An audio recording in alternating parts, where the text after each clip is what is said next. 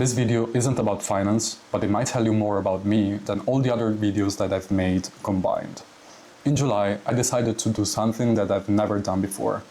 I went on my first solo trip, 525 kilometers away from home, to a place I've never seen, no friends, no family, just me, my car, and a week by the sea. I chose a place near San Benedetto del Tronto, a quiet beach town, nothing crazy, just sea, sun, and space. It was the first time I've ever driven that far alone. Over 1,000 kilometers in total, round trip, and I wasn't just driving to relax. I was driving into the unknown. This wasn't just a vacation. It was more like a challenge, a way to test myself, to see who I am when there are no distractions, no noise, and no one else around. Even though I'm someone who already spends a lot of time alone, despite having a lot of close friends, I realized I'm much less autonomous than I thought. Despite still living with my parents, I thought that I was pretty responsible. But during this trip, I found out how even simple things, like going to the beach alone, can be more complex than they seem.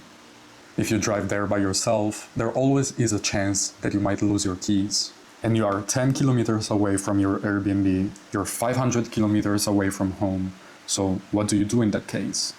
Or let's say you go for a swim, and suddenly you realize, what if someone opens my backpack? What if I come out and my phone, my wallet, my car keys are all gone?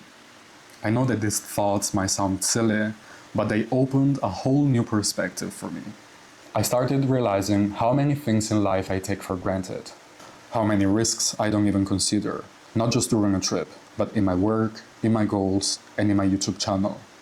That's when I understood something important. I need to train myself to anticipate these things, to stop assuming that everything will just work out.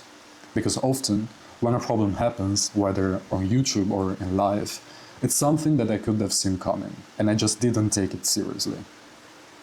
It's not about overthinking or stressing yourself out, but it's about simply being aware, being responsible, and training your brain to spot the things that matter before they become problems. The truth is that I've been preparing for this for weeks. Not on purpose, but looking back, I realized I was training myself to be alone. One night I went to a restaurant by myself, without headphones, without using my phone. I just sat there, ate, and thought. It was awkward at first, but it taught me something. I had gotten used to noise, and I decided that I wanted to unlearn that.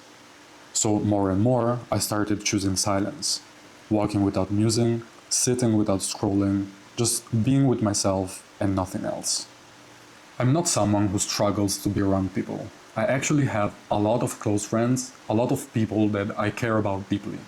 But I realized that I've never really been alone, or at least not like this. So I started asking myself, what am I running from?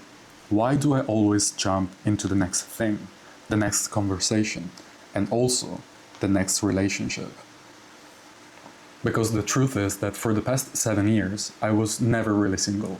I had 4 relationships back to back. It's not about wanting to go back, because I don't want that. It's about finally acknowledging that I had pushed everything under the rug. And eventually, the dust builds up. And this trip forced me to lift that rug, to stop escaping, and to finally deal with it. Because most people are obsessed with input. They want to consume as much as possible. Videos, podcasts, books, information, but they never stop to process it. They become trash bins full of paper, full of random thoughts, unconnected facts, opinions that don't belong to them. They don't create a real, structured worldview. They just collect noise. Walking or running 1 hour a day for the past previous months helped me understand this. It gave me space, not just to think, but to organize, to sort through what I've absorbed, and to decide what actually matters to me. And that's when it hit me. I had done the same thing with my relationships. I never slowed down, never paused to really feel anything. So even though the last one ended almost a year ago, I've never truly faced the pain. I didn't let it hurt, I just buried it.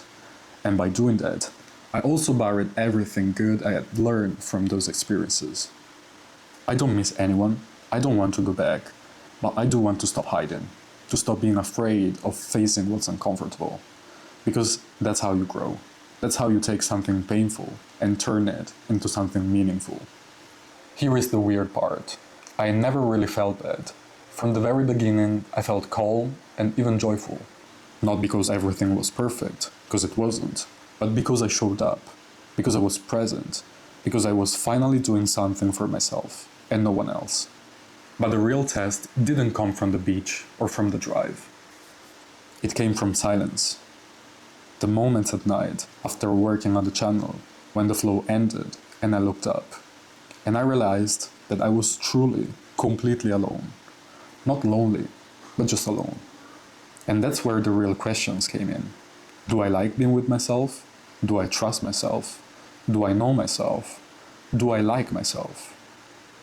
The discomfort doesn't come when you're busy. It comes when you stop. When I was scrolling through my phone, I didn't feel sad, but I felt like I was wasting something. Like I was throwing away a moment I could never get back. Being alone with your thoughts is very hard, but avoiding them is even worse. This trip also made me rethink how I work. I'm someone who does a lot. I don't want to brag, but I work 9 to 5. I go to university, I work out, I run, and I work on this channel. And for a long time, I was proud of how full my days were. 15 hours of work? Great. Barely any free time? Even better. But I started to realize something. Sometimes I would stretch a task just to fill time. Write a video in 2 hours when I could have done it in 1. Not to make it better, but just to feel like I was doing more. And that's not productivity. That's fear. Fear of slowing down. Fear of having space. Now what I want to do is that I want to flip the script. To focus on the tasks and not the hours. To finish what needs to be done, efficiently, intentionally, and then allow myself to breathe. It might not happen overnight, especially with everything else going on, such as my weight loss journey, my deadlines, my goals, so I might keep pushing myself until the very end of the year. But in 2026, I want to live differently. More space, more stillness, more honesty. I'm not special for doing this. I'm not better than anyone, but I want you to try something. Take a day, a weekend, an hour.